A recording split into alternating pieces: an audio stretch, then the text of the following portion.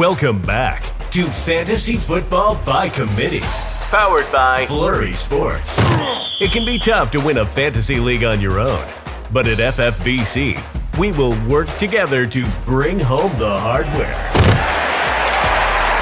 Hosted by Zach Bruner and the rest of the Flurry Sports crew, we will give top-level analysis, answer your questions, and, well, go off on other tangents. That was after I tried to get ChatGPT to admit that 9/11 was an inside job, but it stood firm. It gave quite a few solid points that it was true. Welcome to Fantasy Football by Committee. The show starts in 3, 2, 1. Yes, welcome back to Fantasy Football by Committee. I know what you're thinking, and yes, that is Luke Reimer, and yes, I am Zach Bruner. Welcome back. During the fantasy football season the past couple of years, our main show has been Wednesday nights. And this year, we are toying with the fact, and we think it's going to be the fact, that Thursday might be the main show. So you'll see myself, Luke, and Trevor probably Thursday nights, leading up to Thursday night football, answering your final start-sit questions before that very first game, maybe going over some rankings, going over some guys we like more or less, but definitely answering all of your questions on Thursday night. That should probably be the main show, but let us know what other shows you want to see. Do you want to see an ad drop waiver wire show? Do you want to see a show all about answering your trade questions? Do you want to see something else?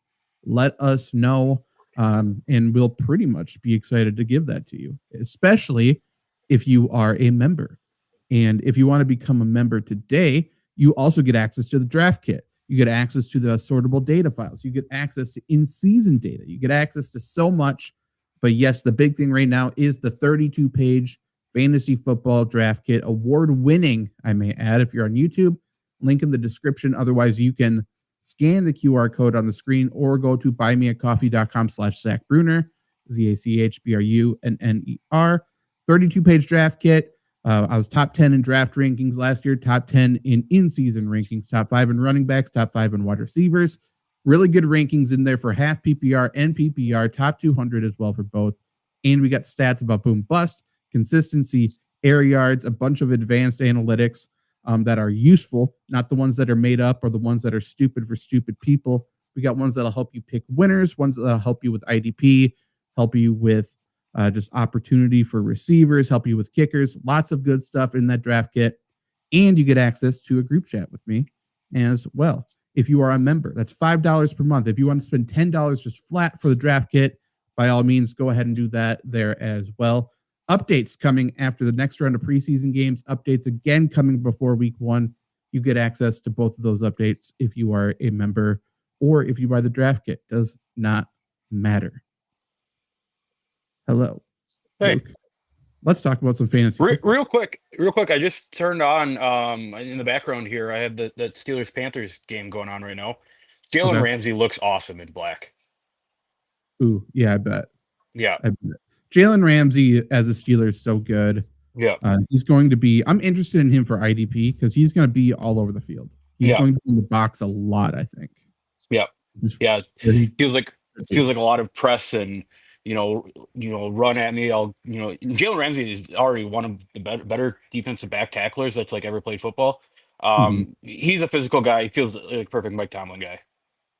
Yeah. To get rid of somebody like Micah Fitzpatrick tells you how much they think of Jalen Ramsey as well. Yeah. That's a really good football player that they traded away just to get Ramsey, but Ramsey in his own right is very, very solid. So tonight, the main theme is the title. We have a group of questions here that we are either going to buy or sell. And we also have some pick one questions, maybe a list, a group of players in a certain round. Which one would you pick? Stuff like that. If you have questions for us that relate to fantasy football at all, definitely jump in the chat and ask. If you're watching this after the fact and are curious, ask your question there, and we will jump in the comments and answer them. I'm sure other people from the community as well. So definitely ask away. More questions, the better. No dumb questions at this point in draft season either. Luke, would you rather start with the buy or sell or the choose one? Let's do buy or sell. Okay. So So are you, first question here, we're going to go after some hype of some of these young players. Buy or sell the preseason Ja'Cory Krosky Merritt hype. So Ja'Cory Krosky Merritt also goes by Bill. For those who don't know, rookie running back out of Washington Commanders. He fell in drafts largely because he didn't play. He had some health issues, but he has been tearing up camp to the point that there are very real rumors of Brian Robinson Jr. getting traded out. Are you buying or selling Bill Krosky Merritt's hype? It always feels like this happens for preseason, right? Someone breaks off a run and looks good, and there may be an opportunity for them to slide in, and everyone and their mothers gets behind them, and then their ADP just shoots up like no tomorrow. So I just finished one fantasy draft. I think Krosky Merritt went in like the 15th, 16th round, somewhere towards the end of the draft, right? I'm yet to buy the hype in it. Rookies are always kind of tough to juggle, right? You don't really know what you're getting. Really, the hype surrounds rookies during preseason because that's who we see play. But really, the hype is coming up after his touchdown run last week, right? Outside of that, I mean, he didn't look great. He didn't have that great of a game. Again, Brian Robinson is still in town. People are like forgetting that Austin Eckler is still in town, who's like awesome at the goal line, awesome in pass situations. And I saw a clip today, Dan Quinn talking about getting running backs involved. Like Chris Rodriguez is still here. Like it's just a loaded backfield. Are there opportunities for Bill? Absolutely. Are there quality opportunities? I think is what you need to sit down and figure out. And I don't necessarily know what they are. Especially with Jaden Daniels going 1,000 yards on the ground last year. I don't think he runs as much as he does, but right there is just another threat to that Washington backfield. Yeah, I completely agree. Currently, according to Fantasy Football Calculator, PPR drafts, 12 teams. He's going as running back 44, and that is early 12th round. That's ahead of, and this is kind of crazy, that's ahead of Najee Harris. It's ahead of Jaden Blue, Trey Benson, Nick Chubb, Tyler Algier, Braylon Allen, Tootin, Dylan Sampson, like legit players and legit rookies that went obviously way before him in the real NFL draft. So the hype is very, very real amongst the community on him, but I am in full agreement with you. One of the things I think I said on Twitter a few days ago, and people were like thanking me for being real about it. So I feel like everyone's searching for a reason to swerve these smoke screens a little bit. We are buying in on Bill Krosky Merritt's hype as someone who could be in a timeshare. Yeah. Like he's not yet. And like, okay, so the best case scenario is that he takes early down work because to your point, Eckler's still there. So we're hoping Robinson gets traded. That's already one hope, that we're one Kevin Bacon removed here. And then we're hoping that he is the lead back who gets that half of the share. And then we're hoping, to your point, Chris Rodriguez doesn't steal goal line work, which Dan Quinn said specifically today that they want. So are we saying Bill Krosky Merritt is going to be the first and second down guy until we get to the red zone? Because that's not a huge ceiling for me. He feels like a low floor, low ceiling player right now. And to go ahead of Najee Harris for whatever you want to say about Najee Harris is insane. Right. It's he's kind of Bill's kind of floated into that, draft this guy late as kind of the the sleeper that you can pick up and you can start him later. He doesn't even feel like that to me. He feels like even a step below that to me. Yeah, and I think he's a good player. He was good in college, so he didn't really come out of nowhere. It's just everybody sort of forgot about him. But he was solid in college, and he's been solid in practice because, to your point, he hasn't wowed in games.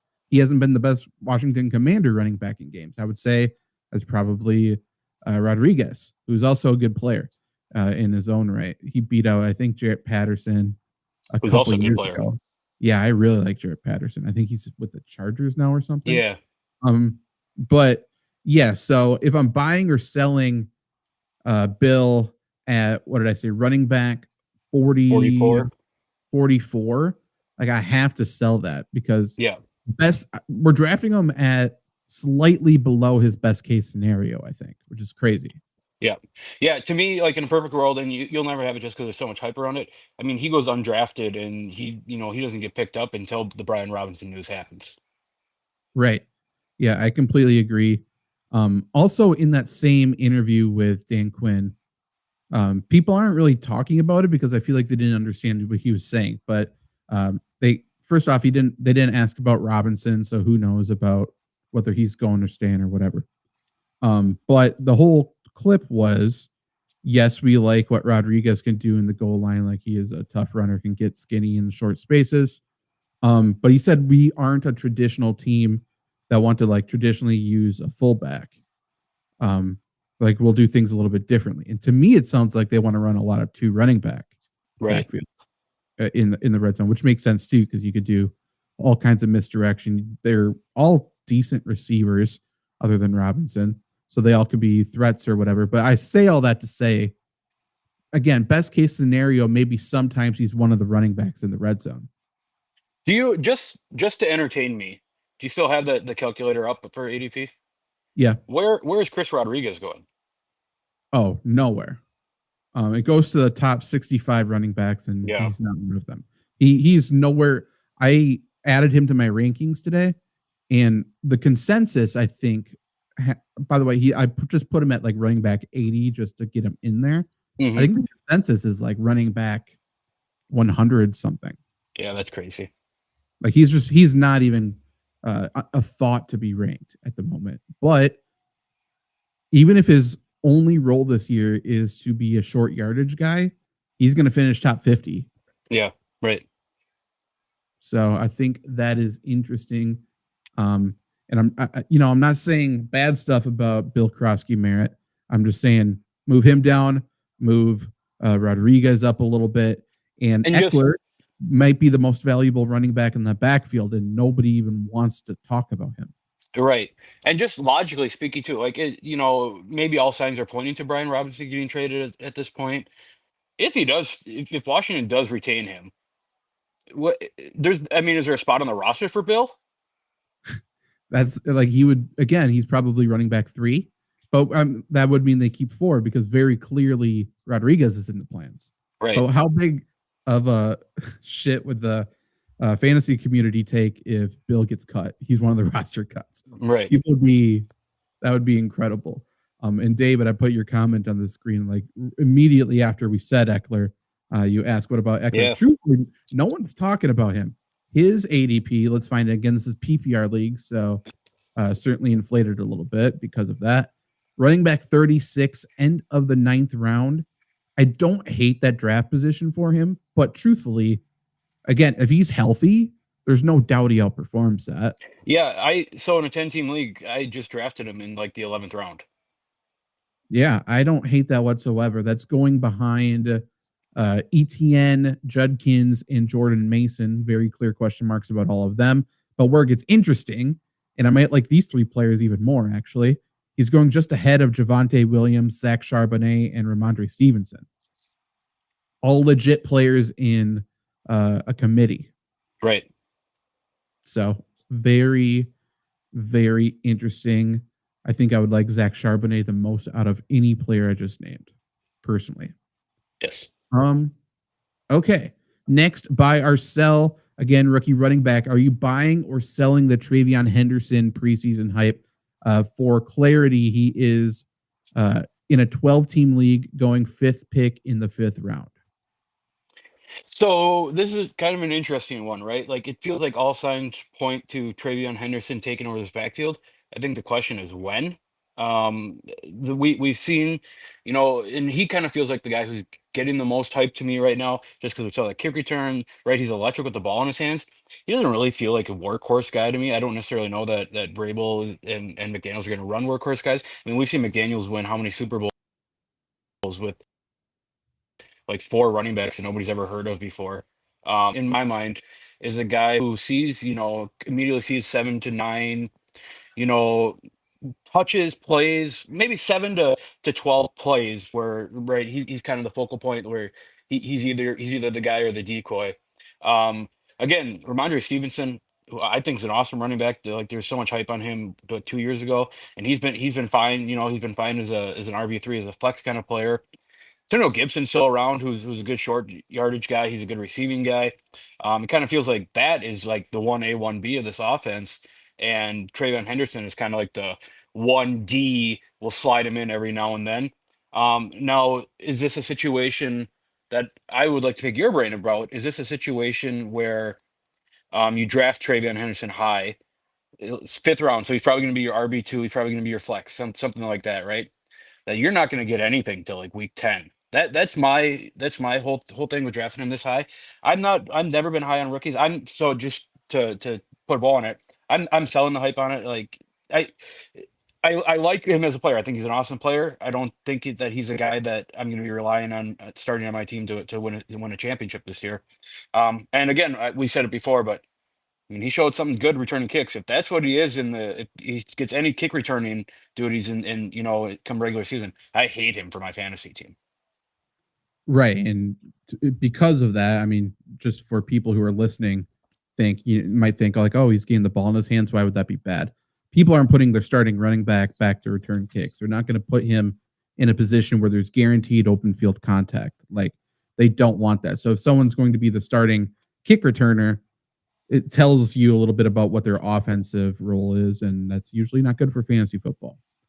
Now, so the Patriots coaches, right? We're talking about Vrabel, we're talking about Josh McDaniel, very Patriots guys. I think they're very willing to, ease rookies in, right? They don't want to trust a rookie with too much because they don't want the rookie to make rookie mistakes and cost the team a win. However, I feel like they think of Travion Henderson a little bit differently. I don't know how much his role is going to grow this year. I just know Ramondre Stevenson has a role. And right. I think Antonio Gibson has a role, to your point.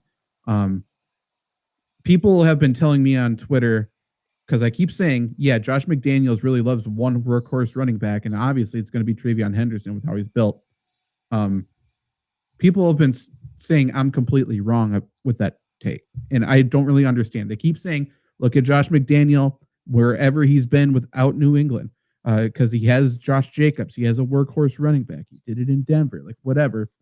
Do you think Bill Belichick said he had to have a committee at backfield? Right. Like, I don't think you think that. There's no way. The only thing I know what Josh McDaniels does is he puts his best weapons all on the field. Whether that be, I have no running back too, which they didn't. Name the backup running back to Josh Jacobs in Las Vegas. Like it was Zamir White for a little bit during the Josh McDaniels thing. Was it always? I don't know. Like no one, he just put the best players on the field, got the best players the ball. With New England, it was a committee because they never put too much stock into one running back, and they utilized the running backs in different roles to fill a different need. They invented running back by committee, by the way, under Josh McDaniels, under Bill Belichick. So we have running backs who are very clearly good at New England right now. Ramondre Stevenson is going to be a great early down guy. Travion Henderson is going to be a great third down guy, great to get in open field to catch passes and stuff like that. I think he starts out with that role right away, and I don't know why or how that would grow whatsoever. You're not giving him 20 touches because he's going to get hurt. Right. Look at what he did in college. He didn't do that in college because he would have got hurt. Yeah. Again, and then the Patriots too they're not in a spot where they have to, where they're not contending for a Super Bowl right now, right? It doesn't make sense to draft a guy and immediately throw him out into the wolves. You don't need him to produce this year. You just need this team to keep moving up and up and up, which it kind of looks like it does. And by the way, how did the Patriots get away with being hated for a decade and now everyone loves them? Yeah, no, I think also after doing one of the most scummy things you could do to Flores last year. You're right. Was not Flores. What's his name? Gerard Mayo. Gerard Mayo. Yeah. Yeah. Like it was so clearly Vrabel's job, and they were just waiting for him. Like he was the lame duck the entire year. He did what he could, had the team playing better than everyone thought they were, and then you can him. And like it's such a scummy thing. But we moved on because Vrabel's back, and we all love Vrabel. Truthfully. So just one more thing about Travion Henderson. On top of like scoring touchdowns for Travion Henderson, I think is going to be tough. Like, does he score 5-yard touchdowns? No. Does he score 1-yard touchdowns? No. Does he score 10-yard touchdowns? No. Like, it's probably 15-yard touchdowns that he breaks a tackle and goes on. I don't know that Mhm. there's a lot of scoring opportunities. Plus, to add one more wrinkle to this Patriots running back by committee, Drake May was awesome running last year. I don't necessarily Yeah. know that he's going to run a lot this year, just given that he's kind of the franchise guy. But he's not he's not Brady where he's just a statue in the pocket. He moves a little bit, and he had 4, 5, 6 rushing touchdowns last year. Yeah, they'll have called runs for Drake May, and yeah, he's a big enough player where he'll have a little bit of Josh Allen Yeah, on the goal line in the red zone, stuff like that. So yeah, on top of that, the touchdown likelihood, touchdown upside goes down, and that's the whole thing. Like I think Travion Henderson ends the year decently in terms yeah, of the rankings. If you'll be able to get access if you're a member to my boom bust rankings the entire year, you have it for the full season last year in the draft kit. But he's going to be a guy where he's going to put up some insane days. Like I could see a game where he has 240 plus touchdowns. To your yeah. point, it's going to be big scores out. But he's going to have games where he has 7 carries for 10 yards. Yep. It just is what it is. So I think he's super inconsistent because of that. I'm not drafting him as a starter on my fantasy team. I just can't do it because I can't Yeah. trust it. Agree 100%. Yeah, and that's the story there. He again, 5th pick in the 5th round in a 12 team. That's in the mix of Marion Hampton, Chuba Hubbard, Travion Henderson, DeAndre Swift, Tony Pollard, David Montgomery. And all of those players have guaranteed touches. Henderson is the only one who does not. Yeah. What's up, Kyle? Forgive me if I've asked this question. I have to make a decision between Josh Allen and Derrick Henry. Henry in the 1st, Allen in the 3rd, 12-man half PPR. He drafts 10th. Thank you. That's super interesting. So keeper, and you have to give up the round. Which one would you side with? So drafting 10th. So you're losing where you would probably get Derrick Henry anyways. Right. But other people are going to keep guys theoretically. Right. I don't know. I don't honestly. I love having Josh Allen again. I mean, go watch our Tuesday shows. The Bills are like it's just gonna be Josh Allen again. It feels like that's what the whole thing, his whole career is gonna be. I've been taking Josh Allen in 3rd, 4th rounds if I can get him. So I love taking a Josh Allen on my team. But you take the Derrick Henry. Can you get away with kind of building up that running back wide receiver room a little bit more and waiting for a quarterback, come 6th, 7th, 8th round? I don't know. Yeah, this isn't a situation where you're keeping guys that are like, you drafted late last year and all of a sudden you have a super good value. I think you're keeping both of them where you would draft them. And because of that, if you can get a read on what everybody else is going to do, if people, at least half the league, are keeping running backs or something, I wouldn't even think twice. I'm keeping Derrick Henry because I think I can get a quarterback, at least stream quarterback, or do something that's in the realm of Josh Allen probably most weeks. But if I don't get a top at that point, again, you pick at the very end. So if your league kept 5 running backs, let's just say, let's assume another 5 get drafted ahead of you in a 12-man. You're stuck with an RB2 as your RB1, and then it falls off with even more after that. So that's why I would do that. Yeah, I agree with that. Good question, though. Interesting question. And Luke, I have another question for you. Yeah, I'm ready. Are you buying or selling Kenneth Walker as a running back 1 this year? Buying. We've talked about it in the past. Kubiak's in town. They're going to run the ball. Ken Walker is awesome when he's healthy, right? So that's the whole question about fantasy football every year, right? We have the Christian McCaffrey discussion every year. If he's healthy or not, we have a Lamar Jackson discussion every year. If he stays healthy, he's going to be quarterback 1. He's going to be RB1. I think my philosophy going into fantasy football is you have to assume everyone's healthy the whole time. Otherwise, what are you even doing? So Ken Walker, I think, since he's been on the field, he like I said, he's looked awesome. The run game, it feels like this is a run right, get to 3rd and short, maybe throw a bomb there, keep it underneath. It doesn't feel like this is like a major big play offense in my mind. I mean, we kind of saw that last year with Sam Darnold. I guess take Justin Jefferson out of the equation, the Vikings were kind of run by the ball, get checkdowns to your running backs, play easy football. And we saw Aaron Jones have an incredible year with that. Now I'm not saying that Ken Walker's Aaron Jones, but he's a guy who's got an incredible frame for a running back who can sneak through and kind of hit holes hard. I love the system he's in. I love Ken Walker as a player. I think this is a year where people are, I'm sure, are down on Ken Walker, right, coming off of injuries and everything. I think this is a year where you can see 1,100 yards, 10 touchdowns out of Ken Walker. Granted, he stays healthy, and like I said, I'm assuming everyone's always going to be healthy. So that's fair. And we also should say you're not just bashful. You were actually at Packers Seahawks camp today, and that's why you're red, because it was hot as hell out there. You got burnt. I don't think Walker practiced today. Did he? No, he did not. Okay, so what did you see from the Seahawks offense other than I heard Jackson Smith and Jigba sort of destroyed the Packers?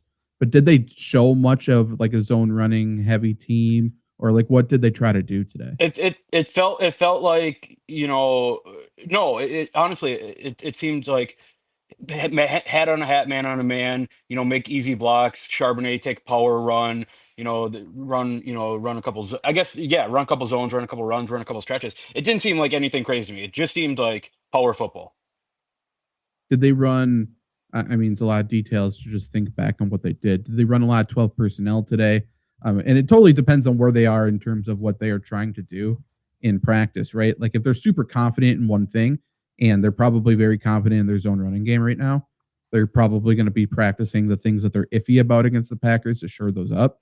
But at least today, did they show much of a 2 tight end look, or did they try to spread people out? And then side note, did you see Cooper Kupp today? Because I haven't seen anything about him this entire offseason. I saw him once.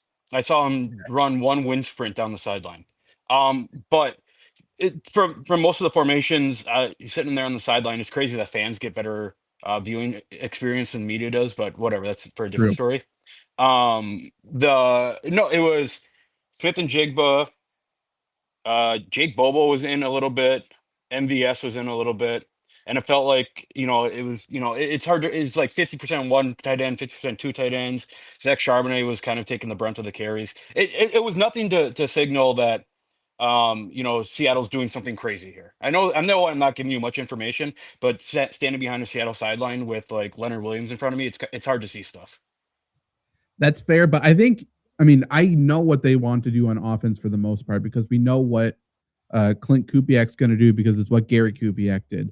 And they're very good at what they do, and it's not impressive stuff. It's zone right, zone left, throw to the tight end, play action, build off of that, West Coast a little bit. Like, it's very simple. And like you're saying that they didn't try to show anything too complex. No. That's what they're going to try to not make mistakes, because they know their defense is really fucking good. Yeah, the defense is good. Yeah, I'm sure they looked great today. Obviously, they got chippy, so I'm sure part of it is somebody beating somebody else. Tyreek Woolen is a mammoth of a corner. Is he? He's what, like 6'3" or so? Yeah.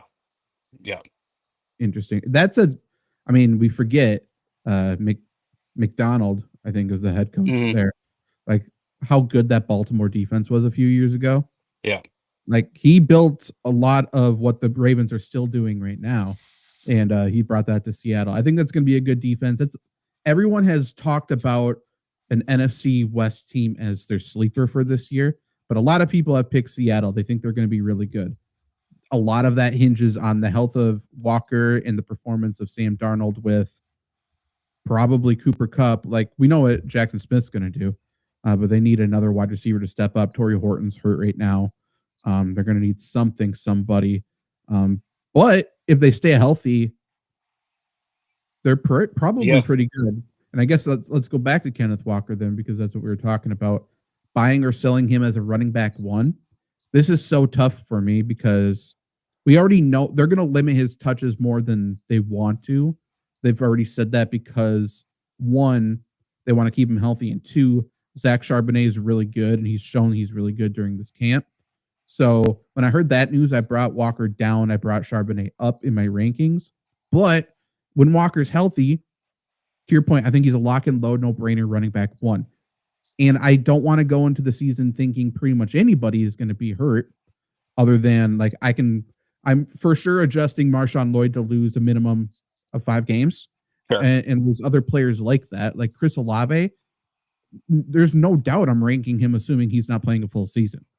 But I don't know if that's necessarily fair with Kenneth Walker, especially if they do limit his touches.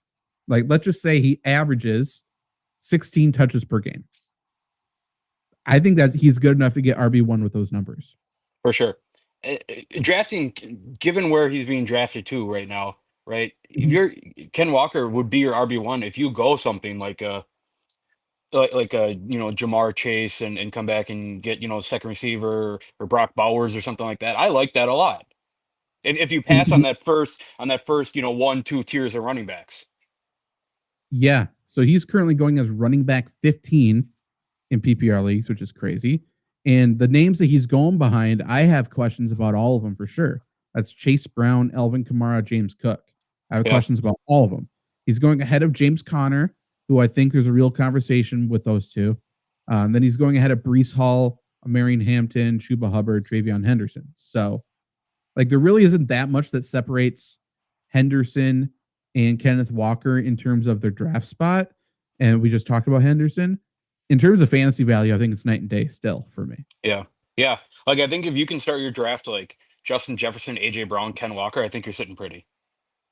Yeah, I completely agree.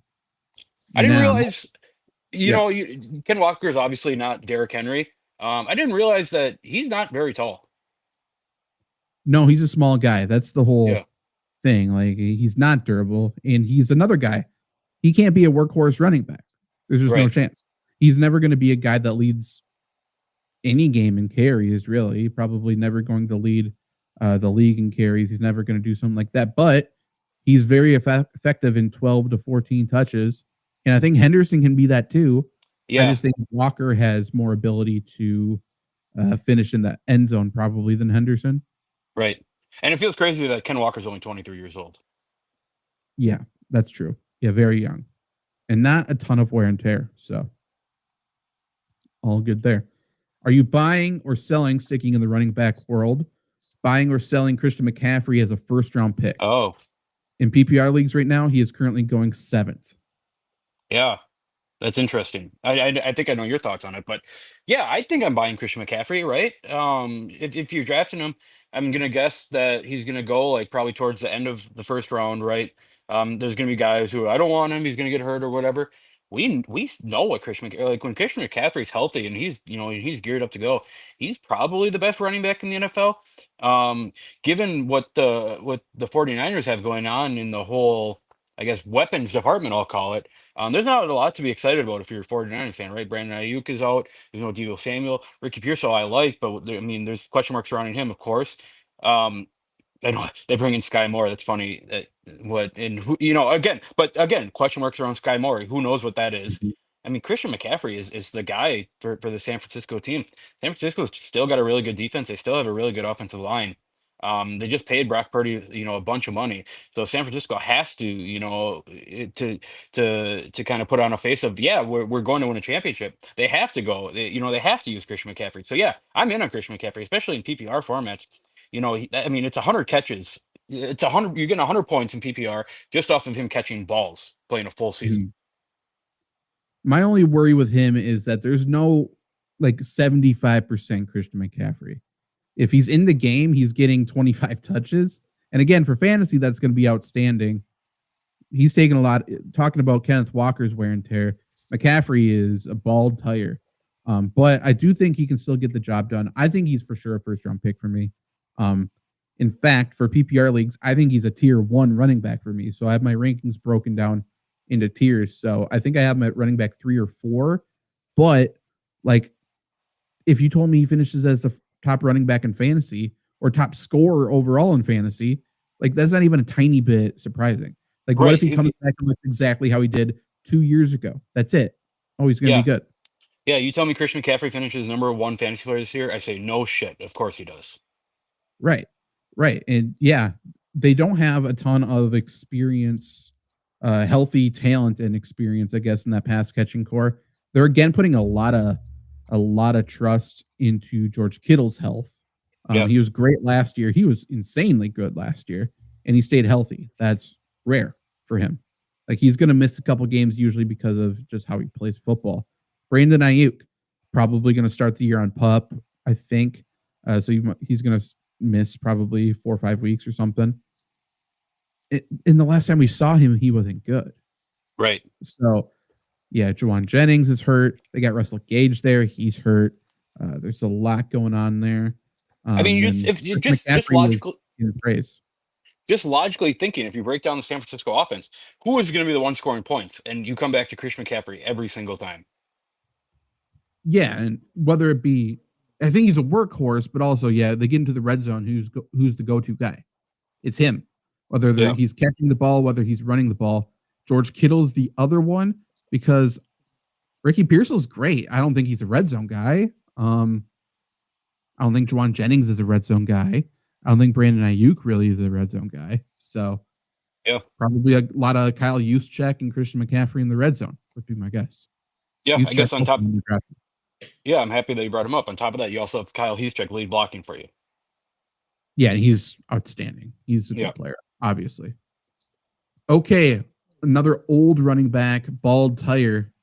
Are you buying or selling Joe Mixon at his current ADP? And that has continued to fall throughout the entire offseason because he has a foot injury and he is very uncertain for week 1 is what it sounds like. If it's bad enough, would it be surprising if he starts the year on PUP, miss 4 games? Not surprising at all. He is currently going in the 7th round, running back 30. So are you buying or selling Mixon at running back 30? In a vacuum, you hear the name Joe Mixon, you hear 7th round, you hear running back 30, and you're like, yes, of course you're taking him. Injuries aside, although I don't love that he had like 2 bad ankle injuries last year, and he's playing in a very different offense that we've kind of seen the last couple of years for Houston, right? The new offensive coordinator comes in, just no offensive line whatsoever. On top of that, you lose Stephon Diggs, Tank Dell is out. I know you bring in 2 rookies, but how much can you rely on 2 rookies to kind of man that pass game? Nico Collins, of course, is a stud. CJ Stroud, I think, is still a good quarterback. This is one where it just feels like there's way too many question marks to have to rely on Joe Mixon as someone that you need to win a championship. Now, going in the 7th round is kind of interesting, right? Like he's shooting down draft boards, which it's probably a good, not a good thing, but it's probably people are probably doing the right thing, right? Passing on him, his ADP's shooting down. That shoots down to like 8th, 9th round. I mean, you draft him as basically as a depth piece at that point. I don't hate that at all. We know Joe Mixon, when he's healthy.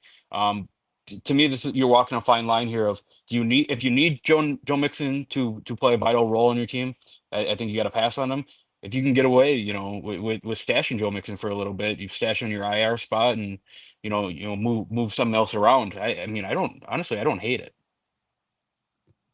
Not that I want to just completely agree with you again, but yeah, that's exactly my mindset. At running back 30, if he's my running back 3, if he's my running back 4 or something like that, I absolutely love Joe Mixon. Yeah. He was so good. He's been so good and consistent in Houston when he's healthy. And if he's getting half the work and can stay healthy once he is healthy, I think that's great. I think he's going to be like a floor is a flex. He's probably a very solid running back too, because we know Nick Chubb, if he's healthy, he's going to get carries. Even if it is a shell of Nick Chubb is still a damn good football player.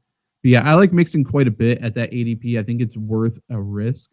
And I know I talked a lot of crap about the Houston offensive line. Last year, they probably were the worst offensive line in football. It's completely remade this year. The only possible returner at starter is probably going to be Titus Howard at right tackle. And even still, they could shuffle it around. Maybe he's not the starter there. Looking at this offensive line, I don't hate it. So they drafted Ariante Ursary at left tackle, and then they got Laken Tomlinson came in. He is a left guard. I think he's decent, actually. Been there, done that at least. Jake Andrews is probably the center coming from New England. He's a good player. At right guard, Ed Ingram, I'm very indifferent about him. But then Titus Howard. And then as a backup, they got Cam Robinson as a tackle. That's a great backup to have. He started last year. They got Juice Scruggs as a backup guard. For my money, he should probably start. I think he's kind of a powerhouse. I think he's good. And they got Trent Brown there as another backup tackle. So, like, I think this offensive line is actually going to be pretty good. At the very, very, very least, it's 5 times as good as last year. Last year was embarrassing bad. Yep. So I don't mind Joe Mixon whatsoever, but I'm planning to start the year without him. So if you're in that situation where you take Joe Mixon in 7th round, are you wanting to get a Nick Chubb later in the draft? Is that someone that maybe you'd reach a round ahead for? I would reach a little bit for him. I don't care a ton, but yeah, I like Nick Chubb, and if he's healthy to start the year, so we know he's going to be RB1. So yes, I'd be willing to reach a little bit, but I'm not like killing myself to get him. I don't think. And then there's the rookie who I like a decent amount, Woody Marks. I think he's played pretty well in the preseason, so I think he is going to have a role in week 1, assuming Mixon's out. And we know Nick Chubb's history with injuries at this point. Could Woody Marks be a starter at some point this season? I think very possible. I think he's for sure ahead of Dameon Pierce. And then Daria Gumbawale, I love. He's just locked into the role. He's not a lead guy. So is what it is. Typical Wisconsin receiving running back. You'd love to see it. Pizza Guy, what's up? Thanks for coming back. He has Bucky Irving as his 13th round keeper. That must feel really good. Awesome. I got the first pick and going with Chase, and then also have 3 picks in a row at the 2-3 turn because he made a trade. That is awesome. So looking to snag another wide receiver to pair with Chase. And then it's cut off a little bit. So, and potentially Josh or Lamar. Is Amarian Hampton in play, or grab 2 wide receivers like Garrett Wilson, Marv Harrison? So I think that is the question essentially. Are you targeting Amarian Hampton there, or would you rather go 2 more wide receivers and have a possibly a receiving core of Jamar Chase, Garrett Wilson, Marv Harrison? I like that. Yes, that last sentence you said, I like that. Because you're right. You're already coming in with Bucky Irving as your RB1. Assuming, I guess the question is, which would you like more? Would you like having Garrett Wilson and Marv Harrison with Bucky Irving and Jamar Chase? I'm just thinking of who would the other running back be, and let's just say Joe Mixon or Pacheco. Let's say you get Pacheco there. Would you rather have that, or would you rather have the 2 wide, or would you rather have? Let me look at wide receiver, or would you rather have, instead of Pacheco, have somebody like Rashee Rice, Jameson Williams, Deebo Samuel as your wide receiver 3? I think the one that jumped out to me is Jameson Williams as a wide receiver 3. I think if you're sitting, with the Jamar Chase, if you're sitting with the Garrett Wilson, if you're sitting with the Bucky Irving, that's it's a solid core. You can kind of take some gamble, like we know Jameson Williams is a gamble guy, right? He's a boom bust guy. I think you take gambles and you feel great when Jameson Williams has 5 catches for 175 yards and 2 touchdowns. That's the route that I would go. I don't know if you have it written down. I think I'm out right now on Amarian Hampton. I love him as a player. Just too weird of a situation for me. I think, yeah, I think pairing a receiver with Chase, and then if you want one of those quarterbacks, Josh Allen, Lamar Jackson, like, it's nice. You're in a nice situation. You already have your RB1 locked up here. So I think, to be honest, I think you can go a number of ways. I think it works almost every way. But if you go that, those two stud receivers, grab a Lamar Jackson, a Josh Allen, and then take a boom bust guy like James Williams. I think I like that a lot. Plus, that's a really fun team. So you'll have fun watching that. That is true, and Amarian Hampton does pop up later. I'm higher on Hampton than you, I think. But I guess what are the other running backs around that spot? Would you rather have Breece Hall, Amarian Hampton, or Chuba Hubbard? I think Breece Hall. People are out on Breece Hall. I'm not ready to sell on Breece Hall yet. I still think in order for Justin Fields to be Justin Fields, that Jets need somewhat of a running game. They have, people the last 4 years, people talk shit about the Jets offensive line. All of a sudden, the Jets look like they have one of the better offensive lines in the league. So I do think that there's a run game for the Jets that nobody's really talking about. I think Breece Hall sees, a little bit better than what he saw last year. I'm not out on Breece Hall, I guess is my point. I'm not either. I would pick Breece Hall over Hampton, but I like Hampton too. I think the Chargers, even though they lost Slater, I think they're still going to be a good offensive line. I think they're going to run the ball well. They're going to be able to run the ball much better than last season, and I think they'll run it more than last season. Najee Harris is fine. He's too good to keep off the field, but I don't think he's too good to just take over the field. You know what I mean? So I think Hampton's great. I think he's a good receiver as well. I think people aren't giving him enough credit for that. So I do think I like him a lot. And I would go Hampton I'd rather go Hampton, I think, than going. I'm out on Garrett Wilson, I think. I'd rather go Marvin Harrison over Garrett Wilson, and I want Hampton instead of Garrett Wilson as well. I'm not in on Justin Fields as a passer or their offensive coordinator as a passing team, or for there to be any. I don't think Garrett Wilson's as good as people keep giving him credit for. I don't understand. Probably not. I don't disagree with you on that. The fact this is a me thing. This is an old school football thing, but the amount of times he hung his head last year with Rodgers talking to him, I think he doesn't have it. Like, I think he's a solid player. I don't think he's a go-to guy. I don't think he's an elite guy. So, I'd rather, and I think Marvin Harrison is. I think they need to figure that out a little bit. I think Kyler Murray needs to get better, but I think he's outstanding, and I think he takes a step forward. I think he outperforms Garrett Wilson this year. If he waited on running back and went wide receiver, quarterback, could be looking at maybe Swift and 4-5. I like that. Yep. Also, I prioritize a stack of Chase and Burrow. I'd like to have Burrow. I don't put any extra value in having a stack in season long, but I like Burrow individually. Yeah, my whole thing with the stack is cool, right? Fine. If you can get Chase and Burrow, cool.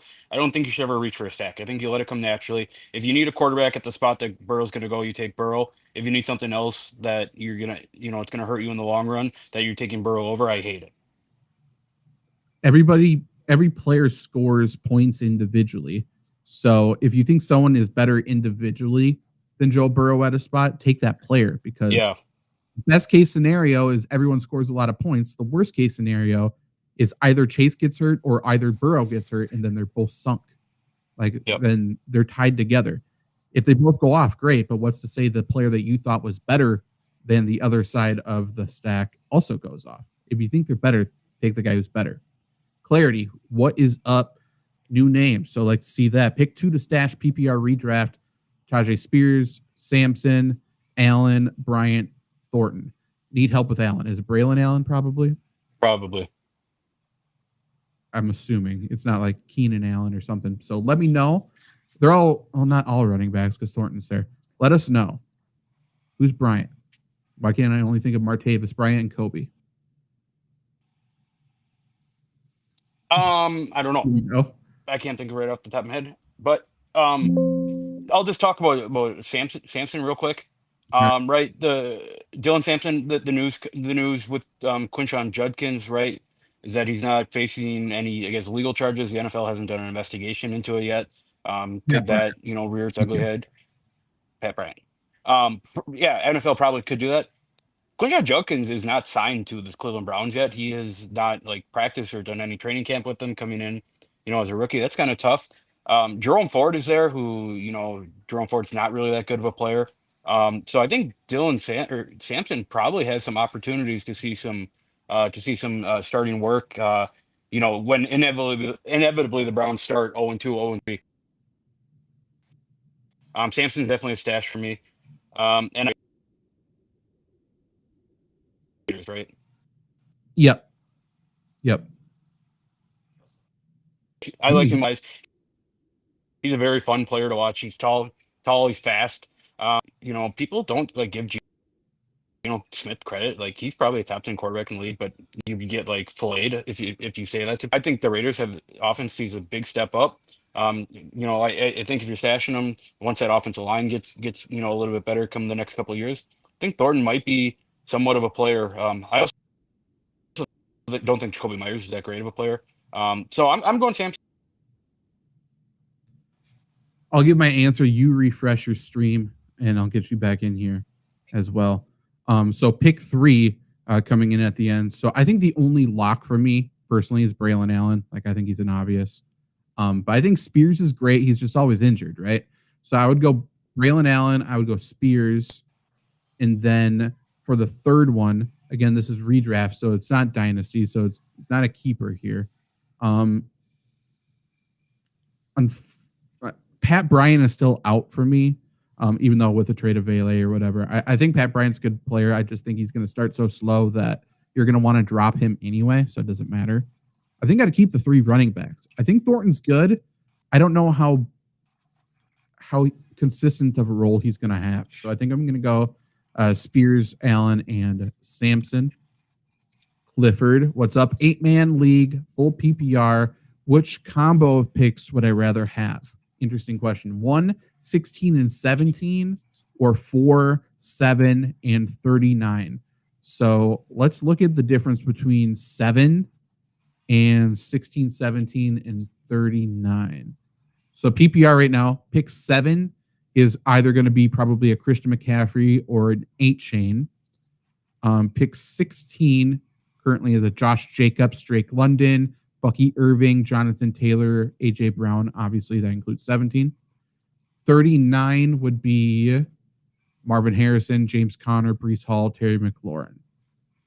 I think I'd rather have 1, 16, 17. Personally, I like a base. Just thinking off the top of my head here, I like if you go Jamar Chase number 1 and coming back and doing a Bucky Irving, Josh Jacobs / Jonathan Taylor. That's I think it's a great core. So 4 would be what?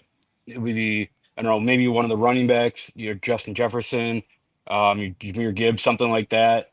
Come back with 7, I don't know, like Amon-Ra St. Brown, something like that.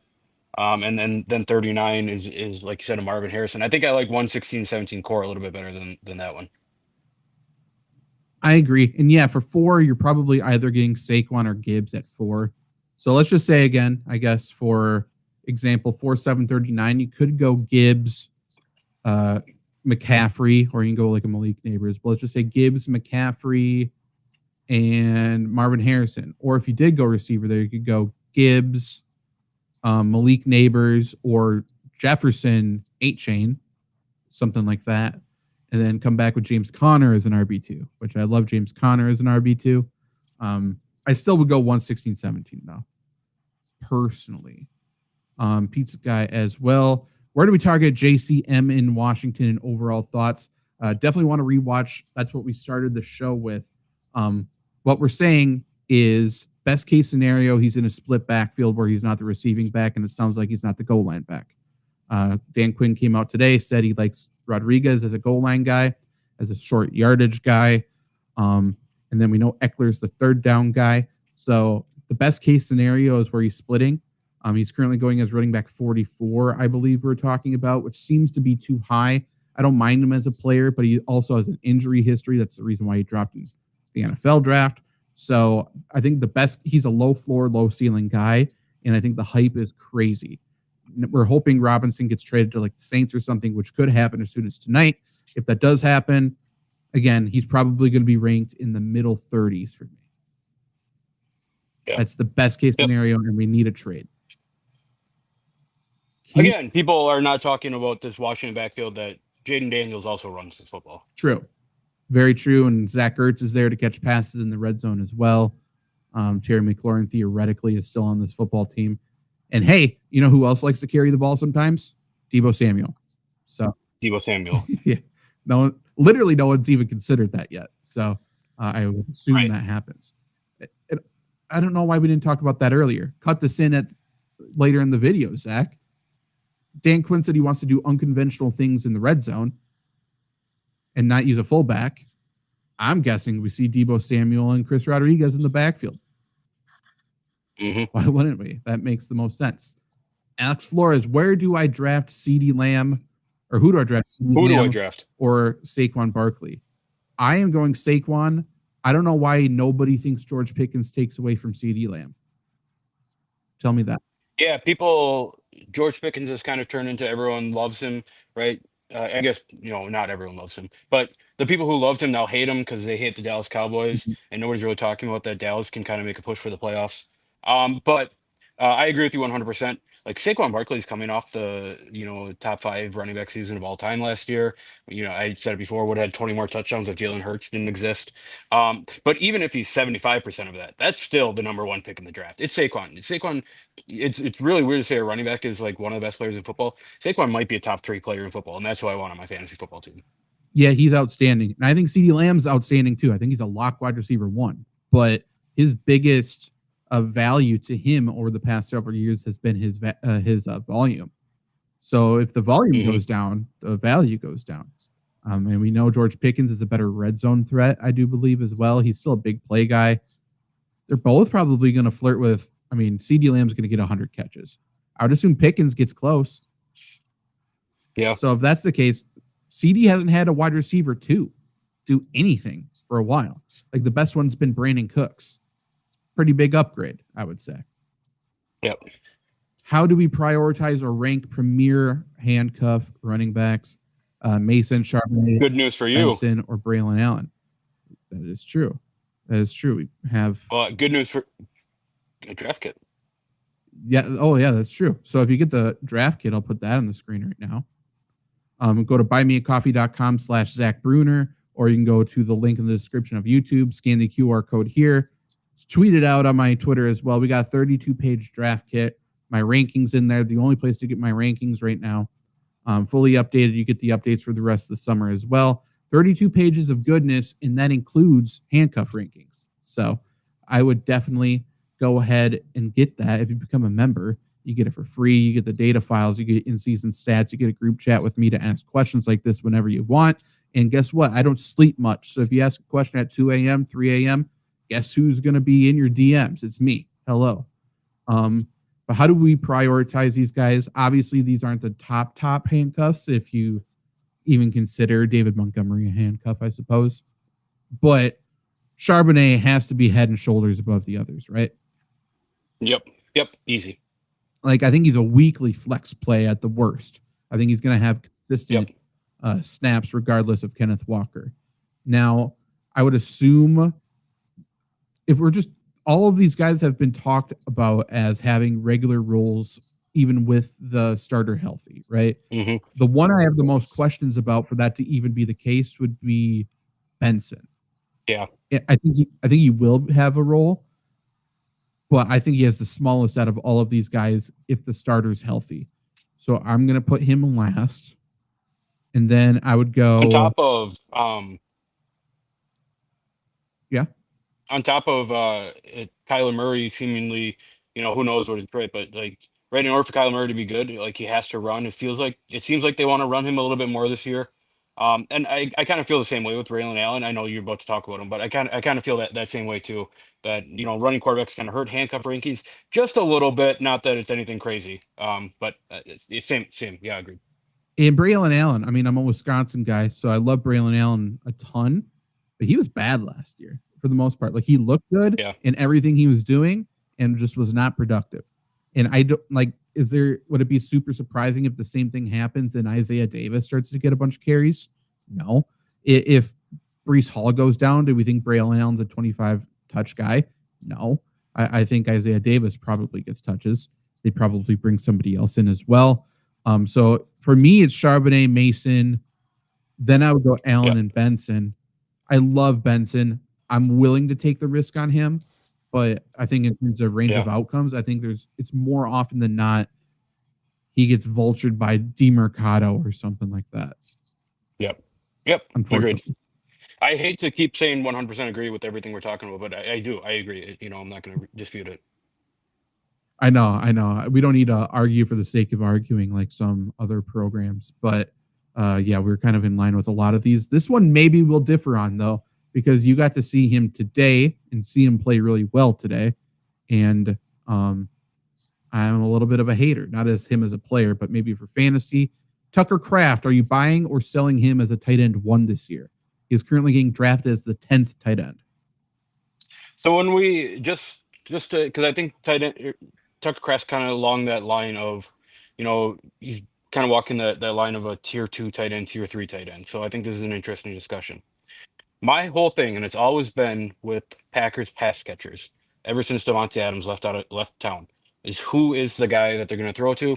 Again, it feels like it's, it'll be power by addition, power by committee, receiver by committee, I guess is what you can call it, which is kind of weird to say.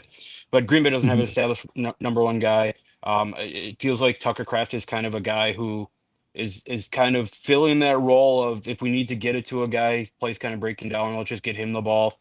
Now I don't necessarily know that that's very advantageous for this Packers offense.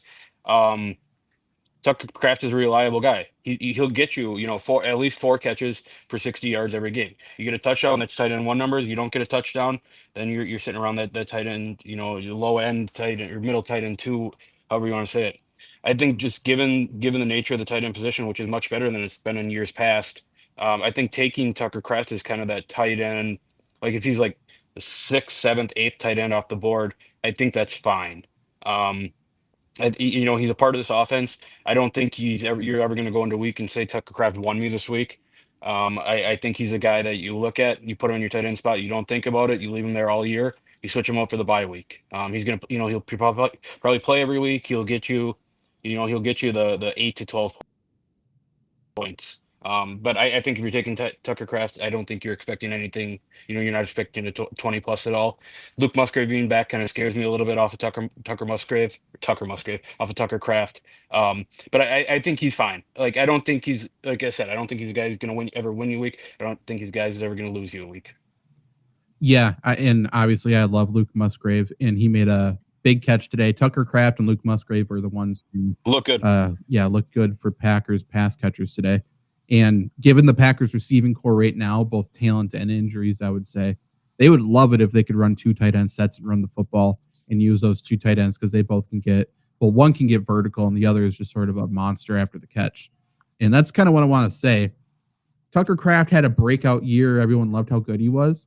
He averaged less than 4 looks per game. So that's targets, handcuffs, or handoffs, whatever. And he did have a few handoffs. And he averaged less than 18 air yards per game, which is unbelievably low.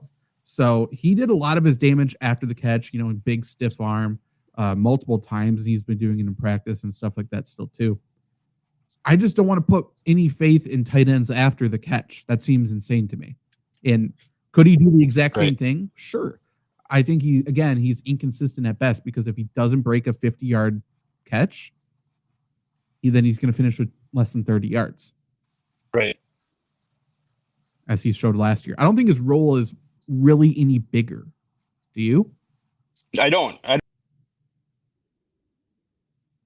especially bringing in, right, someone you bring in Matthew Golden, because you need a guy he kind of feels like the decoy in the middle, just drop it off to him. You hit him on some drag routes, hit him on some slant routes, and just get the ball in his hands and let him run. Like Packers made it,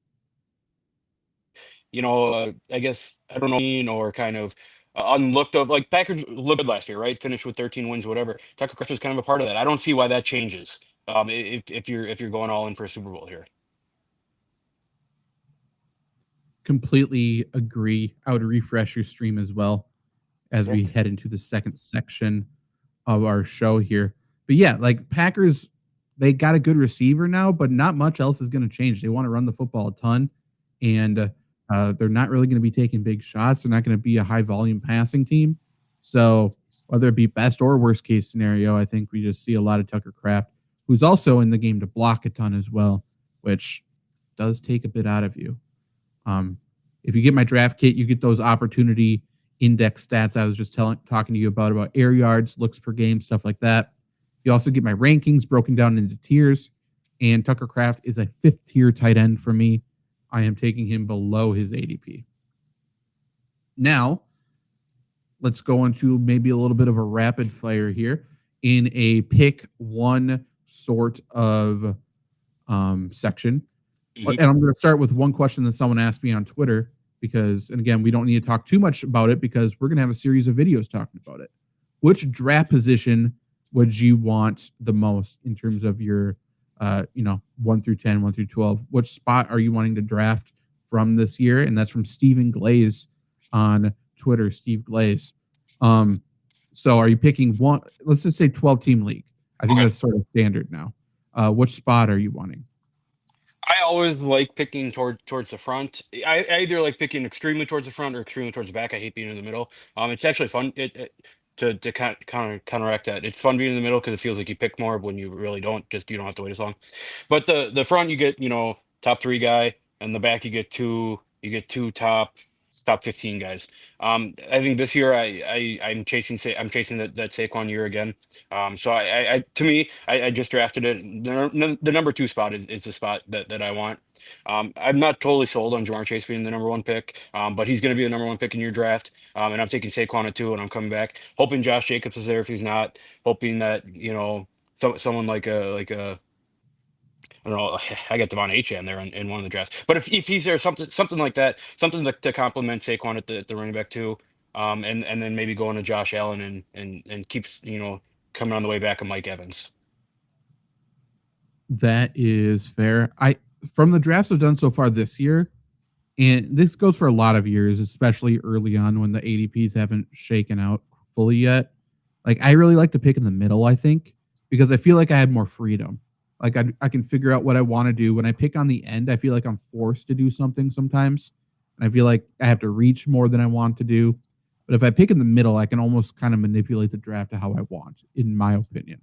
So if it's 1 through 12, if I pick anywhere between 5 to 8, I think that's what I want. And probably earlier on, if I can get one of those elite running backs, if I pick 5, 6, or 7, I think I'm really happy about that. And that's probably how I want to start. I don't really want to start Justin Jefferson, I don't think. Yeah, I don't. And the injuries to like Malik Neighbors right now, I'm not sure if I want to start with him. He's already got 3 minor injuries, but we'll see what happens there. Okay, another pick one rookie running back at their ADP that is not Ashton Jeanty. So would you rather have Amarian Hampton at 405, Henderson at 505, Harvey at 603, or Caleb Johnson at 705? To me, I'd rather have Caleb Johnson. I think I love Amarian Hampton. I'm a North Carolina guy. It's fine. I'm still very high on Najee Harris. But anyways, that's probably going to do me in this year. Doing you in a couple of years, whatever. But Caleb Johnson, he kind of feels like a guy who's kind of has like it feels like a guaranteed spot. I don't think Jalen Warren's a workhorse guy. He's not. I don't think he's a guy that you can rely on to carry the ball 25 times. I think Caleb Johnson, if you can get him at 7, he's gonna be a depth piece for your flex. I think I like that a lot better than Amarian Hampton. Than having to roll with Amarian Hampton is my RB2 season long. I think that's fair. The ones I'm ruling out is Henderson. I don't hate Harvey at 603. It's late enough where I'm fine with him. I do like J.K. Dobbins a decent amount. And I just don't like what I've seen from Caleb Johnson so far. I think he's going to be slow to start. So I think I would actually go Hampton. I think that's where I'm siding. I think he's the best player, and I think he's on the best team. Probably. Yeah, he's on the best team. I think he has a lot of chances to score. I think he catches the ball a lot. So I think he's relatively safe. I'm fine going him, I think. Which tier 3 tight end to draft? And this is a tier 3 in terms of my rankings here. So which tier 3 tight end would you want to draft? Would you want to draft Travis Kelce, Sam Laporta, Hawkinson, Ingram, or Njoku? Evan Ingram. Jimmy Graham is one of my favorite football players of all time. He's stepping into the Jimmy Graham role in the Denver offense that had no presence in the middle of the field down the seam last year, in a Sean Payton offense. So give me Evan Ingram. Very fair. In PPR 12-team leagues, Ingram right now is going tight end 9, and that is the 12th pick in the 8th round. So you could wait quite a bit, fill out the rest of your starting lineup, and get Evan Ingram without having to worry. That's probably my answer as well. I think he's super solid there. Just for transparency, for clarity more so, Sam Laporta is going 3rd pick in the 6th. Kelce's going 8th pick in the 6th. Hawkinson is 3rd in the 7th. And Njoku is 8th in the 7th. And then there's Mark Andrews, and then Evan Ingram 12th in the 8th. So, I think Ingram's good. Like, people are scared, I guess, now that he's in a timeshare at tight end, which I would say, duh. but I also say it doesn't matter. Is that your answer as well? Yes. Yeah. He's not a blocking tight end. Is that surprising? No, he's a big receiver is what Evan Ingram is. Right. So I think, yes, he's going to be spending a lot of early downs on the sideline, and that's probably fine. You know who else did that quite a bit? Jamie Graham, like we talked about. Yeah. So not too worried. My quick take on Travis Kelce here is I like Travis Kelce. Like if you have Travis Kelce in your team this year, I think you're fine. I don't like that everyone thinks that they are getting a bargain with Travis Kelce, with everyone thinking that everyone else hates him after last year, and I'm the one who's going to get Travis Kelce. That's what turns me off of Travis Kelce. That is kind of how the tide is turning in terms of redraft. I will say in best ball, I think he's still incredible value because you don't have to predict which weeks he does nothing. Right. And you know he's going to catch touchdowns. And he had such a bad year, right? And he still ended up with like 800 something yards. So best ball is the format I want to roster Travis Kelce a ton. Redraft, yeah, I don't need it. There's going to be a middle section of the year without Rashee Rice that he's probably pretty good, or at least at the very least decent. But like, if I draft Travis Kelce, I don't feel comfortable the first 4 weeks with him. Right. Agreed. And do I want to roster 2 tight ends? Probably not. So yeah, I think my answer is Ingram as well. I like Hawkinson though too. I think his season-long prop for betting, it's either 3.5 or 4.5 touchdowns, and I like the over on both. I saw, not to change the conversation real quick, I saw Brock Bowers at only 4.5. Oh, really? I haven't seen that. I would take that too. Yeah. Yeah, there's tight end lines are weird. People don't know how to project them. I feel comfortable with both of those. Even with, I assume Brock Bowers sees fewer targets this year. I don't think that matters though. But yeah, he's still, I broke my tight ends down into tiers. My first tier is a tier of 1, and that is Brock Bowers. Yep. That's how everyone should have. Last question. Who's the player you're most excited to watch in the 3rd week of the preseason? Oh, interesting. Do you have an answer off the top of your head? I did, and during the course of the show, I have forgotten. So I'm going to look at all of the players here and figure out all the teams and figure out who that possibly could be, because I have no idea. I'm kind of interested. I'm kind of interested to see the Tampa Bay receiving room. I think Tampa Bay is a team that, everyone's picking their NFC South or their NFC East team to kind of be that sleeper. Like Tampa shouldn't be a sleeper. It kind of feels like they're a sleeper, right? They're not among the big dogs with Philly and Baltimore and all them. That Tampa receiving room is really interesting. I think Mike Evans is slotted in, right? He's going to be wide receiver 1. He's not going to play. Chris Godwin's coming off an injury. When he's on the field, he's awesome. But that Jalen McMillan, I mean, you drafted Emeka Egbuka for a reason, right? He's going to be used. So I'm kind of interested to see what that looks like. Is, he can kind of play, I know he's more of an outside guy. I think he can play inside a little bit. It'll be interesting. I'm very interested in Tampa this year, and I think that's probably that'll be fun for me to watch, I think. Yeah, Egbuka's stats or stock continues to rise. Sounds like Chris Godwin, decent chance he goes on PUP to start the year. And Egbuka can play inside, outside, which means he's sort of a wide receiver handcuffed to Evans and Godwin, which is awesome because I don't project Evans to play the full year, at least healthy. He might play through injuries and have reduced snaps. And Egbuka is very, very, very good at football. Yeah. We'll see what he does in the preseason.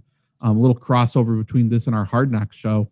Josh Allen is not going to play in the 3rd preseason game, which I think is a massive mistake. But I think Buccaneers will play their starters, hopefully. So hopefully we see that. I remembered my player.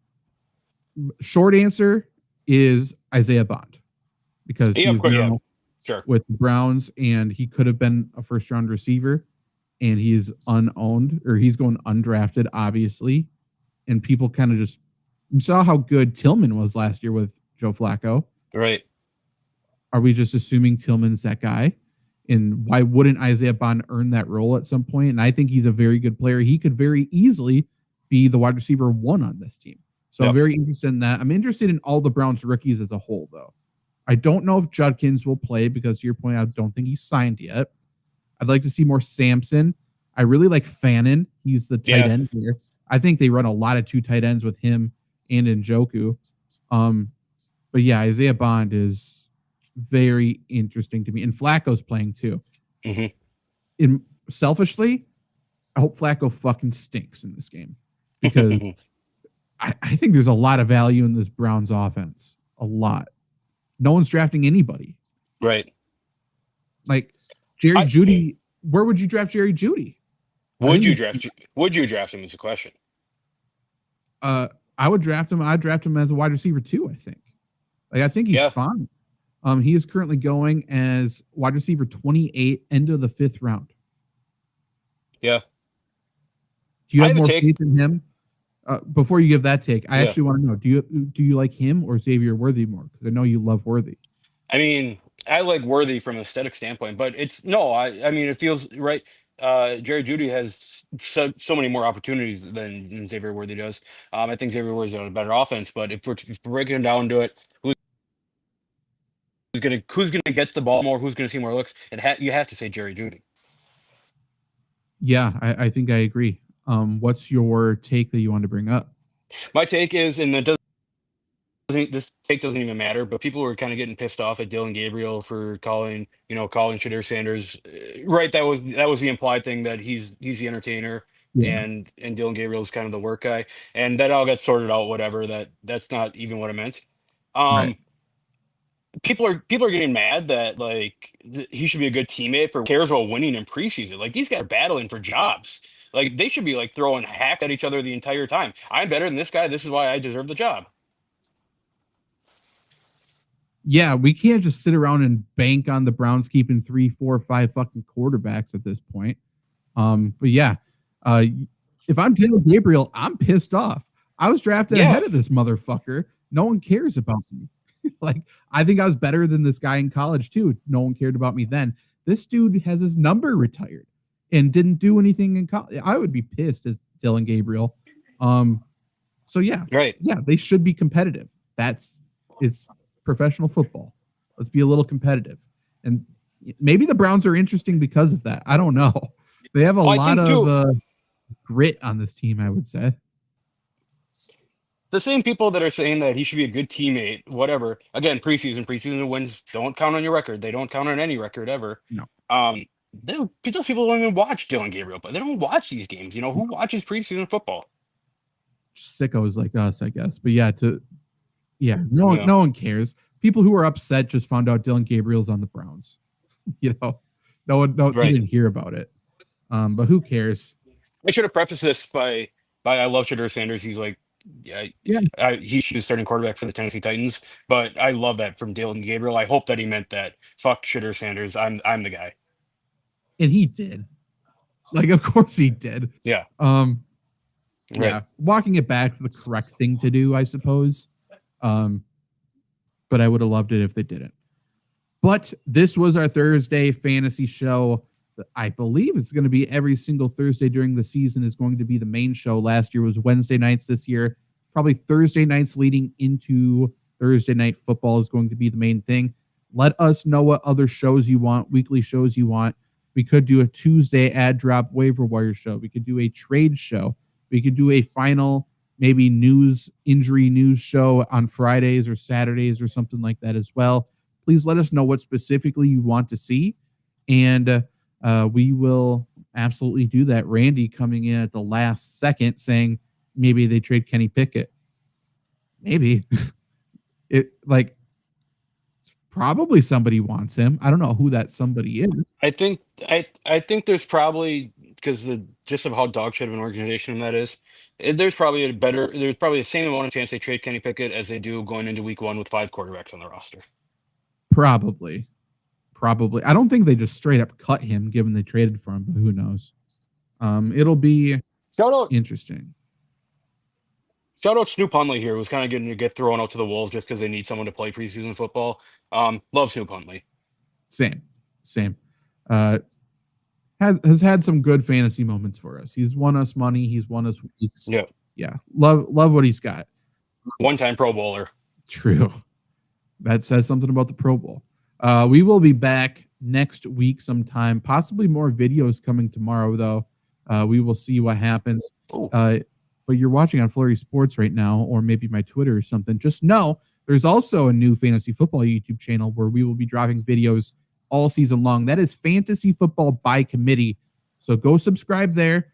Get the draft kit. Go to my Twitter at Fantasy Flurry. You can find the draft kit all over. And I will see you soon. Later.